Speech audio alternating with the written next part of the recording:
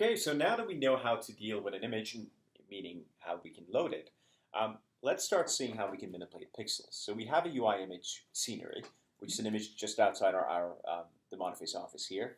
So how do we, let's say we wanted to change just one pixel. We'll deal with for loops in a second, but let's say we just wanted to set a pixel to be pure red. So as you can, I hope you guys can see none of the pixels are actually pure red. So maybe we can take one of the pixels and just set it to red to see what the image would look like. Yeah, so first thing, we'll use that RGBA image class, and we'll get sort of an RGBA image, which we can use the initializer we had, pass in our nice looking image, and this will give us this class, an instance of this class. And which pixel should we set? Just so maybe at 2020. So 2020. Essentially, if I hijack the mouse, what we're looking at is that this is the image. The pixels X goes in this direction, Y goes in this direction. So that's 0.00. Yes. So 2020 would be about here. So just beside this building, I think let's set that to red. Sounds good. So like we mentioned earlier, it's a one-dimensional array. Yeah. So let's write this out. So if we want X to be equal to 20 and Y equal to 20, then the pixel index we want would be, you would take Y, but so if you look at this image, each row would go, so for the 20th row, you would have to go across the image 20 full times. Right. So you take the Y and then you can multiply by the width of the image. Let's make this, we know that it's going to exist, so I'm going to do that. It saves this width. So once you do Y times width, you're on the 20th row, and then you add in X, and you'll get the index for 2020, which is 2020. Now, one question is, so this is a 1D array that has essentially has 8 hex values, right? So when you count, every item that you count is essentially jumps over an RGBA. Yes, jumps over a whole pixel. Yes. Right. Okay, and now with this, we can grab the pixel. So the pixel that we're interested in is, you can access from the pixels array, you access it just like in any other array, and you should get a pixel. And you do. And if we set it to pure red, which means... Well, before we do, can we just print it out to see what colors we have? Well, we can print out pixel dot. R, red, blue, green. And so these are the values in integer. Yeah. So these numbers would be from 0 to 255. Yes. 0 corresponds to the darkest value of red, and 255 corresponds to full red. Okay, so now let's say we want to take this pixel and just set it to red being 255, green and blue being 0. So it's pure red. Yes. Right. Let's change this to a non-constant. And yeah, so this is a relatively dark value. So I think you're right. We're on this building somewhere, maybe.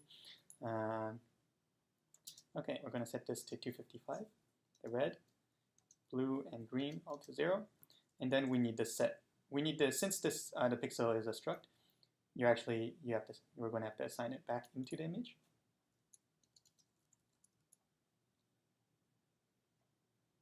Okay, and then to see the image, we now have to get the new image back as a UI image by calling this, and we're going to bang it out again because we know it's going to come back to us.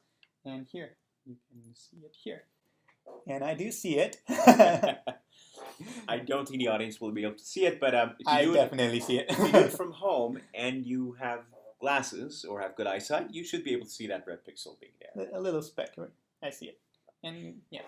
Now, Jack, one thing is why did in the iOS development framework is dealing with pixels difficult in the sense that you need this RGBA image? Why not be able to just directly manipulate those pixels? Yeah, so images are in the sort of, images are, so the way we're talking about images here with arrays, they're sort of uncompressed. Each pixel takes 32, it takes 4 bytes. And so if you think about it that way, this small 100 by 100 pixel is actually a whole 10,000 bytes, which is actually like megabytes. It's in memory, this image uncompressed is really big. And so it's like 9 megabytes. It's actually not megabytes. It's kilobytes, 100 by, 9 kilobytes. Correction. Yeah. It's 100 by 134, actually. Right. So this image is actually not square. So it actually ends up being about 13 13 kilobytes. kilobytes. And this is a really small image, and if a general image would easily go into the megabytes when compressed. Right. Say if you take it from your iPhone camera, it might be like it's in the megapixels range, right? And if each pixel is 4 bytes, then you in megapixels range times 4 would be how many megabytes it would take, which is a lot. And so usually when dealing with images, iOS tries to be a bit smart and lazy. I mean, so like we said, images are so big, but when you store them like a PNG and JPEG, they're not that big. That's because they're compressed. And so iOS loads the compressed version of an image, and only when you display it and it sends it to the GPU to render, then it uncompresses it, which is really fast in the GPU, and then displays it.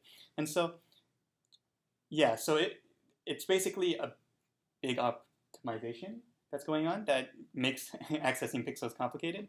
And it's also, yeah, so it's very important, I guess. So if it didn't work like that, and on your interface you have a bunch of images, your program would easily take up hundreds of megabytes of memory. Okay. Well, what suffices for the audience right now is that as long as we have this class to access the pixels, from here on we can do anything we want to the image. Yes. And this is where things get interesting, because usually you need some interfaces to get information, data from microphones, from different sensors, from the camera. But once you have it in the format you can play with it, that's where really the interesting thing, the fun really begins to start. And really the point of this specialization that we have, we will teach you how to build apps, but one of the things I really want to get across is what we do in this section. So once you can actually access pixels, what are the cool things we can do?